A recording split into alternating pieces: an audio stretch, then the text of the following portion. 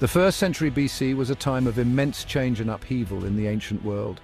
The Roman Republic, having subdued its rivals in Italy, turned its gaze outward, its legions marching ever eastward and westward.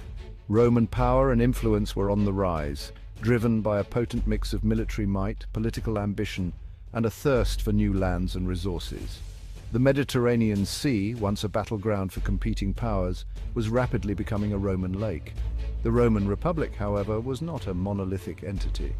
Internal divisions and rivalries simmered beneath the surface, threatening to erupt into open conflict. Ambitious generals, seeking glory and power, vied for control of Rome's armies and the spoils of conquest. It was in this volatile and dynamic period that a young general named Gaius Julius Caesar would step onto the stage of history and leave an indelible mark on the course of Western civilization. Caesar's decision to campaign in Gaul was not driven solely by a desire for personal glory. Gaul, a vast region encompassing modern-day France, Belgium, parts of Switzerland and northern Italy, was of significant strategic importance to Rome. Its fertile lands and warrior culture posed a potential threat to the Roman heartland, and controlling Gaul would provide a buffer zone against hostile tribes and a springboard for further expansion into northern Europe.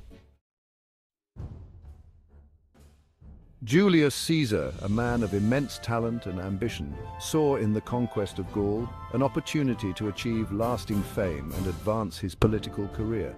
He was a skilled orator, a cunning politician, and a brilliant military strategist. Caesar's ambition, however, was matched by his ruthlessness and his unwavering belief in his own destiny. In 58 BC, Caesar secured the governorship of 3 provinces: Cisalpine Gaul, northern Italy, Transalpine Gaul, southern Gaul, and Illyricum, part of the Balkans. This grant of power, orchestrated through political maneuvering in Rome, provided Caesar with the legal authority and the military resources he needed to embark on his Gallic campaign. Assembling a formidable army composed of seasoned legionaries and auxiliary troops drawn from Rome's expanding empire, Caesar crossed the Rubicon River, the boundary between Italy and Gaul, and marched into history. His arrival in Gaul marked the beginning of a conflict that would last for nearly a decade and transform the political and cultural landscape of Western Europe. Gaul, in the 1st century BC, was not a unified nation but a patchwork of independent tribes, each with its own distinct culture, language, and political structure. Some tribes were renowned for their fierce warriors, while others were known for their skilled artisans and traders. Despite their internal divisions, the Gallic tribes shared a common Celtic heritage and a deep reverence for their druids, the priestly class who held sway over religious and cultural life.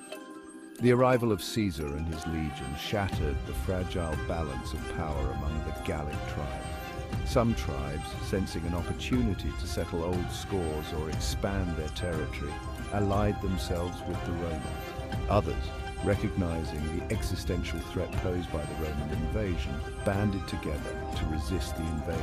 The Gallic Wars, however, were not simply a clash between 2 distinct civilizations.